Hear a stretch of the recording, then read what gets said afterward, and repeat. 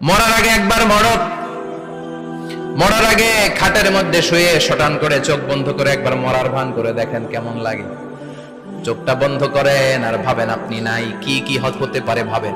আপনার ছেলে মেয়েরা কান্না জুড়ে দিবে, আপনার প্রাণের স্ত্রী বিলাপ শুরু করে দিবে, বন্ধু বান্ধবের চিৎকার আর মাতম, স্থানীয় এলাকার মসজিদে ঘোষণা, অমুক এলাকার নিবাসী অমুক ভাই অমুকের ছেলে অমুক দুনিয়ায় নাই। সব আত্মীয়রা চলে আসবে, ফেসবুকে স্ট্যাটাস দেয়া হবে, সবাই সবাইকে জানাবে বিকাল 4টায় অমুক হাই স্কুল ময়দানে আপনার জানাজা।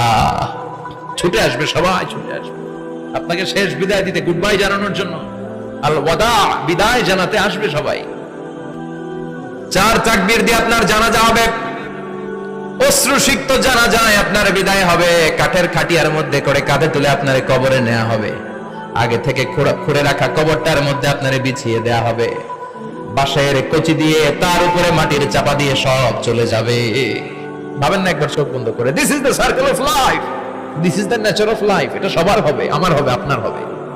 এত মায়া, এত ভালোবাসা কই যাবে? কেউ থাকবে না, সবাই আপনার অন্ধকার কবরে রেখে দিয়ে চলে আসবে। উপরে বাঁশের কঞ্চি, তার উপরে মাটির চাপা, অন্ধকার আর অন্ধকার। এই অন্ধকার যেন শেষ হতে চায় না, শুধুই অন্ধকার, ঠিক কিনা?